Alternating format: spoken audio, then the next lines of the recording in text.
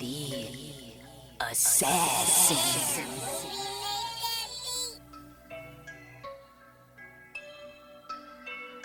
You know I break necks, call me Jack Tate. I have no regrets while your life is fading. I'm a crazy fuck equivalent to Satan. When I'm behind the mic, I feel like the greatest. You know I break necks, call me Jack Tate. I have no regrets while your life is fading. I'm a crazy fuck equivalent to Satan. When I'm behind the mic, I feel like the greatest. What up, y'all? You're listening to Sports Talk with Tropp, and I'm your host, Katie Tropp. Well, before we get into things, I did want to let you all know that I did just drop a new music video for my single Alone.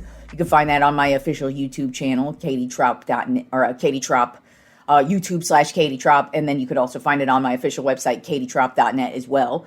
Also, a programming note: I am actually going to be out of town this weekend, so there will be no show. There will not be a show on Friday or Monday. I will actually be back Friday, January 9th with the next show.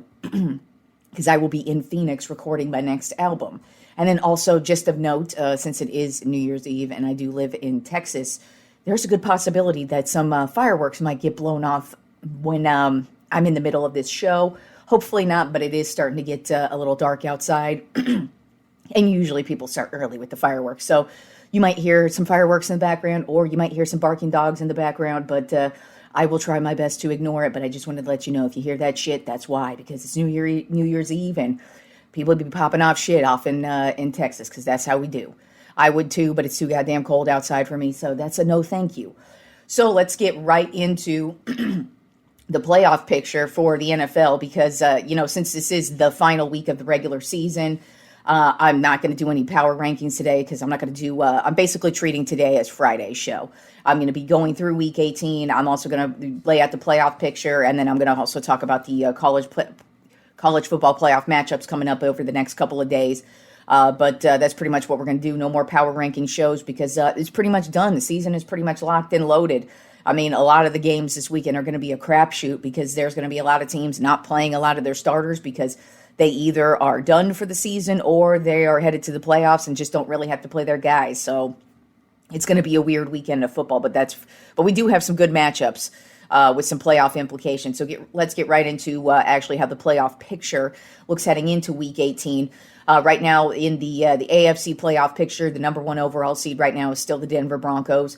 Number 2, the New England Patriots. Number 3, the Jacksonville Jaguars. And number 4, the Pittsburgh Steelers. Only, one of those divisions is up for grabs. Basically, the Ravens and the Steelers will be playing for that number 4 seed. But the rest of those divisions are pretty much on lock. I don't think the Jacksonville Jaguars have, quote, officially won their division, but I think they're going to win that division. And then as for the wild card AFC spots, number 5 seed, Houston Texans, number 6, the Los Angeles Chargers, and number 7, the Buffalo Bills.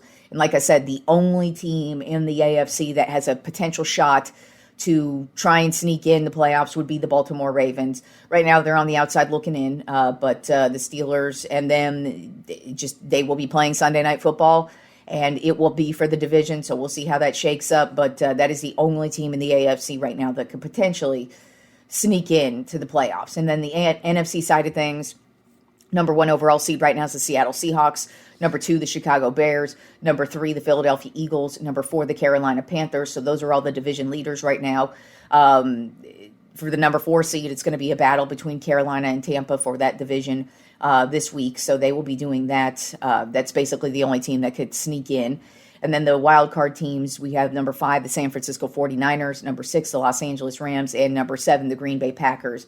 And like I said, only one team is potentially could sneak in there, and that would be the Tampa Bay Buccaneers. If they get a win over the Carolina Panthers, then we could potentially see the Buccaneers slide into that position. But it kind of feels like, who cares who gets that position? Because I don't think either of those teams got a shot at winning the Super Bowl. So let's move on to Week 18 and also my head-to-head matchup between the homie Simon and Ruvalcaba. Last week I went 7-9. Bringing my season total to 160 wins and 95 losses. And Simon went 9-7 and brings his season total to 164 wins and 91 losses. So he moved up 2 more games. So now he has a 4-game lead over me heading into the last week of football.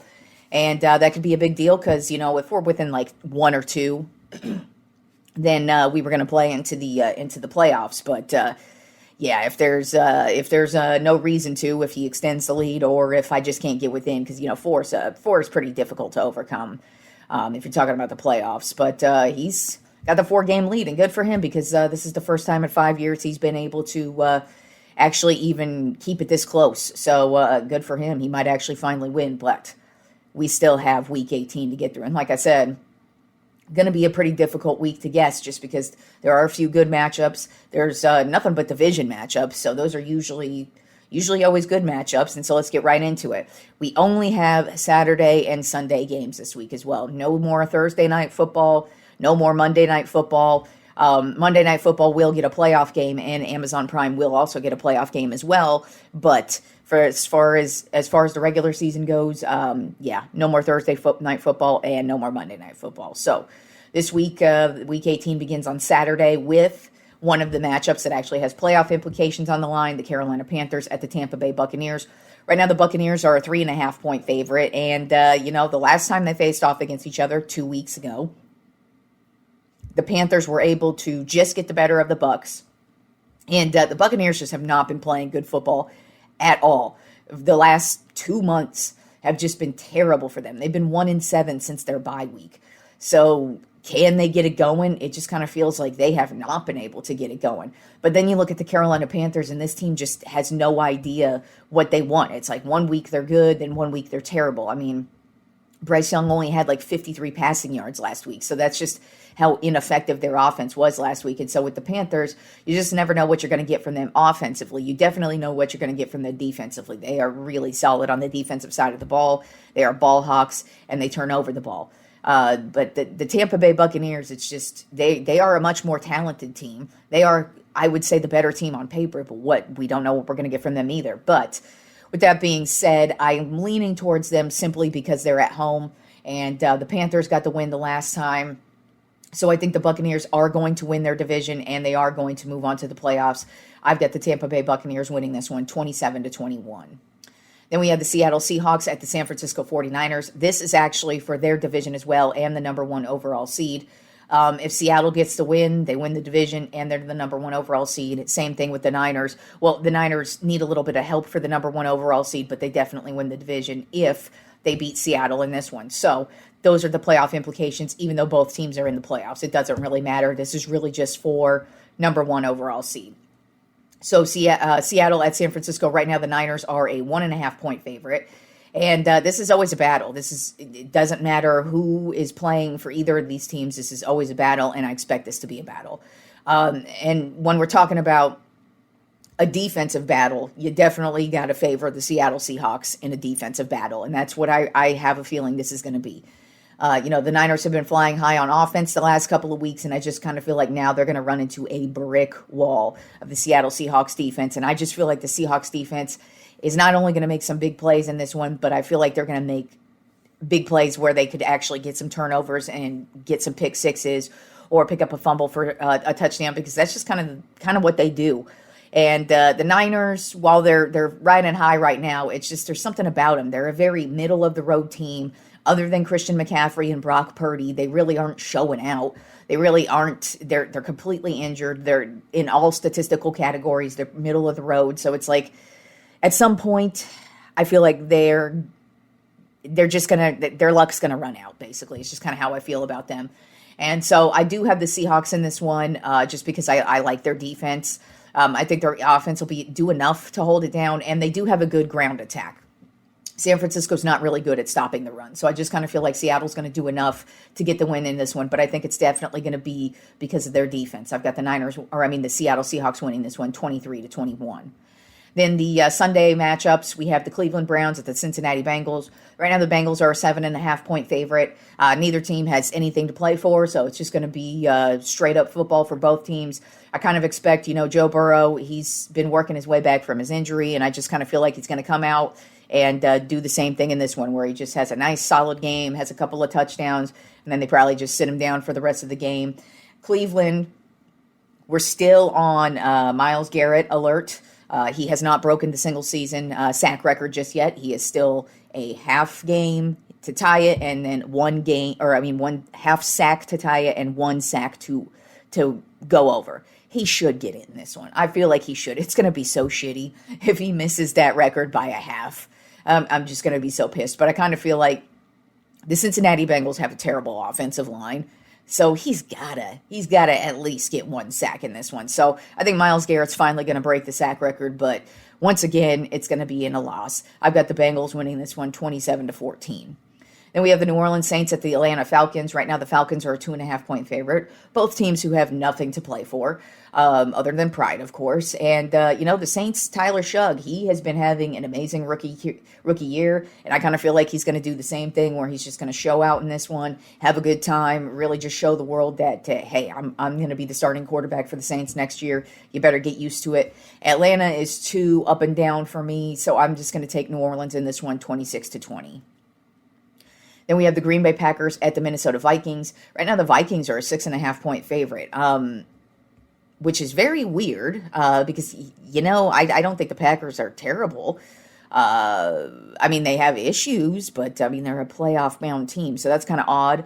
And especially because the Vikings aren't really a good team. Their third-string quarterback is probably who's going to be playing, and he had 70 yards passing last week. I kind of feel like the Packers are a good enough team to beat a team like the Vikings. And just because, the Packers, they probably want to just head into the playoffs with a good win. And I feel like that's what they're going to do in this one. And they definitely need some help defensively. But I just kind of feel like the Packers are going to want to go into the playoffs with a win. I don't really think the Vikings are that good. So I just have the Packers winning this one 28-23. Then we have the Dallas Cowboys at the New York Giants. Right now, the Cowboys are a 5.5-point favorite. And neither of these teams are playing for a goddamn thing. And with that being said, since I hate the Giants and I'm a huge Cowboys fan, I'm going with the Cowboys, 41-7, just because. Then we have the Tennessee Titans at the Jacksonville Jaguars. Right now, the Jaguars are a 10.5-point favorite. And Jacksonville, I expect them to roll in this one. The Titans are pretty much a garbage team. They have been able to put together some offensive drives over the last couple of games, but other than that, I kind of feel like Jacksonville is going to want to head into the playoffs, with a big win, and this is a good team to get a big win against, and I've got the Jacksonville Jaguars winning this one 31-10. Then we have the Indianapolis Colts at the Houston Texans. Right now, the Texans are a 10.5-point favorite, and I just feel like, Texans defense it ain't nothing to fuck with, basically. That is just one hell of a defense. And the Colts don't have anything to play for, so I just kind of feel like it's going to be a real long day for them. And I've got Houston winning 23-17. Then we have the New York Jets at the Buffalo Bills. Right now, the Bills are an 11.5-point favorite. It looks like Josh Allen will not be playing in this one. I can't remember if they officially announced it or if it was just they were saying he may or may not. I kind of feel like why bother playing him if he's injured? You might as well rest him because they are a playoff-bound team, so they're not going to win their division. So really, who cares where your seeding's at? So, and plus you're playing the Jets. Quite frankly, they should be able to beat the Jets with whoever is starting at quarterback because the Jets suck. So I have the Bills winning 20-10. Then we have the Detroit Lions at the Chicago Bears. Right now, the Bears are a 2.5-point favorite, and Lions don't have anything to play for. But I still think they're going to give it a go. I think they're going to want to ruin Chicago's day heading into the playoffs. But with that being said, I just think Chicago, they're coming off of that tough loss last week, so I don't really see them losing 2 games in a row. I kind of feel like this is going to be a nice get-right game for them. I don't think they're going to dominate the Lions by any means. As a matter of fact, I kind of feel like this is going to be a back-and-forth game between Caleb Williams and Goff. Just kind of, I feel like it's going to be scoring between the two of them. But then I just kind of feel like the Bears are going to get the better of them and get the win 28-26. Then we have the Los Angeles Chargers at the Denver Broncos. Right now, the Broncos are a 7.5-point favorite. They've already said that Justin Herbert is not going to be playing for the Chargers this week. They're going to rest him because they've already made the playoffs, so why bother playing him this week? Let him rest that injured hand of his. And the Broncos, they want the number 1 seed. The number 1 overall seed has not been spoken for yet in the AFC. So if they get this win, they are in as the number 1 overall seed. And you definitely want that, especially in a place like Denver, because the weather can always be a factor in future playoff games. So that's basically what they're playing for. So I expect them to have a very good game. And I've got the Broncos winning 20-7. Then we have the Kansas City Chiefs at the Las Vegas Raiders. Right now, the Chiefs are a 6.5-point favorite. The Raiders have the number one overall pick to play for. If they lose, they are the number one overall pick. So I kind of feel like, yes, the players on the field are going to be playing their hearts out, but I kind of feel like the front office is going to be hoping that the Kansas City Chiefs are able to pull this one out. I kind of feel like that's what they're looking for. And that's what I feel like is going to happen. I feel like the Chiefs are going to want to get a win. They don't, I mean, why wouldn't they? But the Raiders have a lot more to lose for. And so I kind of feel like, hey, why not keep on losing? I've got the Chiefs winning 17-7. Then we have the Arizona Cardinals at the Los Angeles Rams. Right now, the Rams are an 8.5-point favorite. And coming off of that weird loss on Monday night to the Atlanta Falcons, the Rams and the Bills, I swear to God, almost mirror each other, because you're like, one game, they just look fantastic. And then the next game, they lay an egg against a garbage-ass team. And you're like, where did this come from?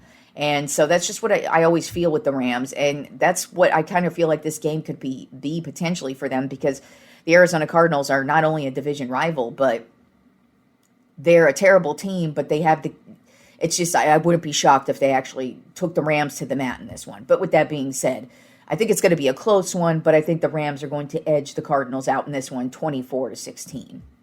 Then we have the Miami Dolphins at the New England Patriots. Right now, the Patriots are a 10.5-point favorite. The Patriots also could benefit from this win. If the Broncos lose and the Patriots win, then the Patriots have the number one overall seed. So they definitely want to win this one. And Miami is just a trash-ass team. So I have New England winning this one, 35-14. Then we had the Washington Commanders at the Philadelphia Eagles. Right now, the Eagles are a 7.5-point favorite.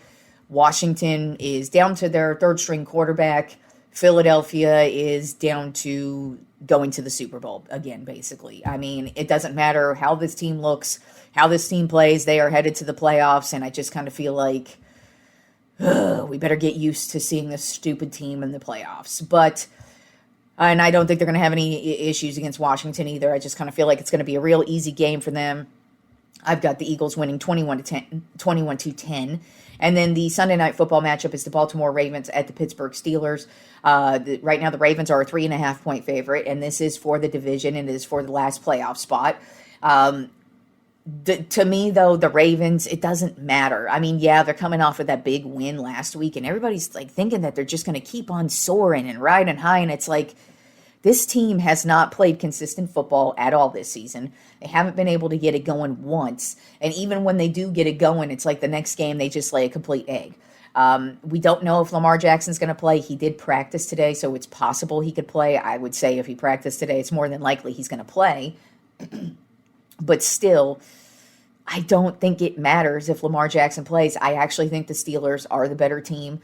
Even though they're not playing that great either, but just overall, the Steelers have been way more consistent than the Ravens. They're in less disarray. There's not a lot of drama surrounding the Steelers, whereas the Ravens, we already are hearing, oh my God, is John Harbaugh going to be the coach next year? Are they going to trade Lamar Jackson? We're already hearing all the stupid bullshit. So it's like, if you're hearing that type of drama, I just kind of feel like the Steelers are poised and ready to win this one. Now, I do expect it to be a typical Baltimore Ravens battle. I don't think either team's going to run away with it. As a matter of fact, wouldn't be shocked if it comes down to like the last drive, last defensive stand, something crazy like that. But since the Steelers are at home and since the Steelers are playing much better football than the Ravens, I'm going with the Steelers in a close one, 21-17. Then we have the college football playoff quarterfinals over the next 2 days. Tonight, right now, actually. This one just started, Miami versus Ohio State. Ohio State is a 9.5-point favorite in this one. And just kind of with what Miami showed me in their last game, they had no offense. They had nothing going on. They had no spark. And while I think Ohio State is completely overrated, completely overranked, and doesn't even belong really as a number one seed, I do think they're a better team.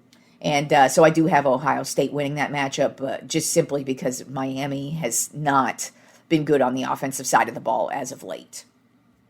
Then the next 3 games will be tomorrow on New Year's Day. So we have Oregon versus Texas Tech. Right now, Oregon is a 2.5-point favorite. And I just kind of feel like this is Oregon's game to win because Texas Tech is the new kid in town.